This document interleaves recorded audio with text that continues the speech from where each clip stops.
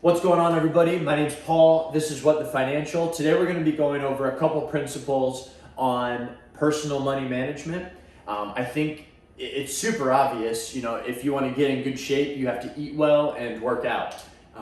So why is that so hard to do for folks who want to get in shape? I think it's diving into the specifics of things, and your daily actions will help. So the parallel here is if you want to get financially fit, what are the things you need to do? These are just some tips. They definitely have helped me and others. So let's just dive right in. I'm going to try to keep it about 5-6 minutes. I think folks like the shorter videos. So principle number one here is to separate funds. I think this is exactly how I have my personal finance set up. I think this is key because it gives you extreme mental clarity on what accounts are for what purpose, and it takes some of the discretion out of your decision making. For example, your investments, this is your brokerage account, your TD, your Charles Schwab, your E-Trade, whatever you opened. This is you don't touch this for 10, 20, 30 years.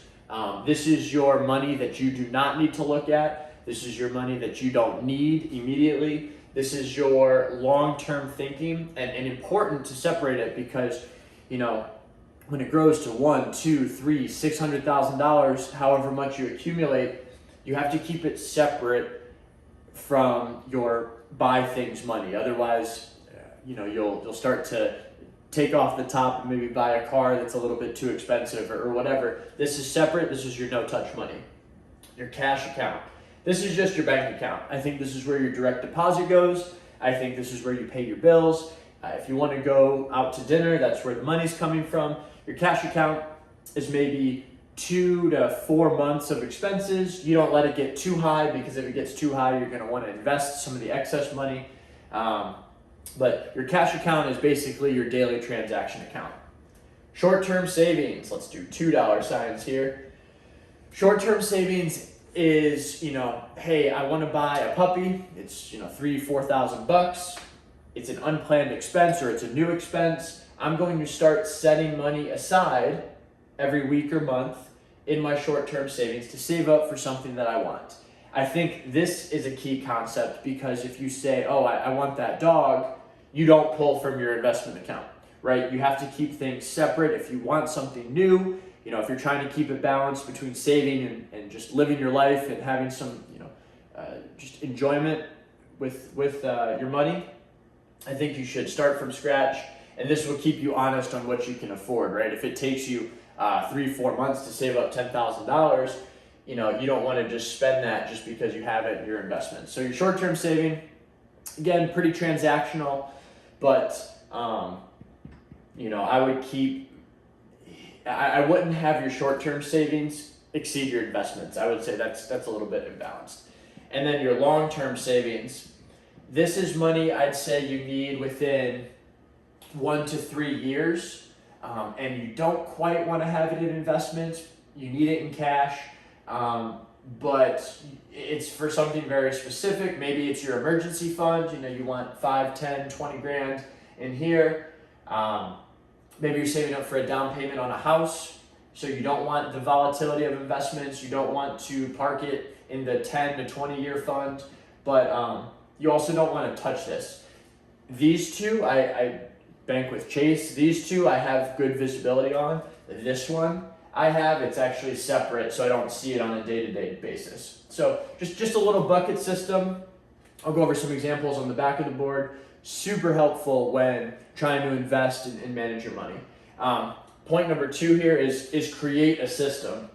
And what I mean by create a system is take your thinking out of it. If you get $1,000 paycheck every month, $300 goes to cash, $200 goes to short-term savings, but have a cap or ceiling on that. The rest goes to investments. You can reconfigure your system every so often, but I think just having a predetermined idea of where your money goes is super, super helpful. Let me do the classic flip here. Let's just go over some examples and talk about balance with these accounts. So we'll straighten out here. Great, so I have investment, cash, and savings, just to simplify. So if you are looking at something like this, investment 10,000, cash 10,000, savings 10,000, I would consider this imbalanced, no good. I think that unless your expenses are super high and you need this, I would say that more money needs to be pushed towards your investments. Your investments should be your leading bucket, your savings long-term should be next leading, short-term the following, and then you should keep the least amount of money in your cash account. Example number 2, $1 million in investments, 20K in cash, 35K in savings. I like this. This is great.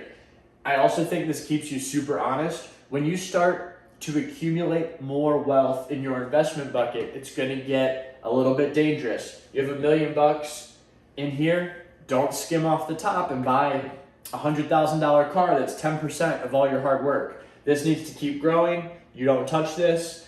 If I want to buy a $100,000 car, I need to look here, and that's what I can afford, right? This is invisible. It doesn't exist. I'm happy with this balance. I think it gives you some leeway if anything unexpected happens. Yeah, this is good.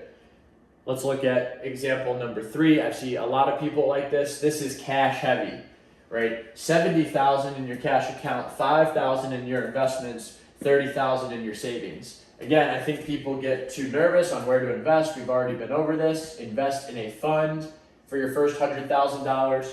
But if you're super cash heavy and you have cash just sitting in the bank, it's not working for you. I think everyone knows you have a parent or grandparent that says, oh, when I was young, gas was five cents. And basically things get more expensive over time. It's called inflation. You don't want your cash just sitting, you want it working for you. I think, again, this should be your biggest bucket over here. This should be your smallest bucket, your cash, that's just your daily spending. And then your short-term and long-term savings, you can make determinations. But just a few principles to try to help you balance it out. In the coming weeks, we'll be going over some individual stocks if that's interesting to folks. And you do want to do a little bit more work, get a little fancier. But I think this is a super important baseline for those folks struggling to divide their money. And hopefully this is helpful. Have a great rest of your Sunday, and we'll see you next week. Thanks, everybody.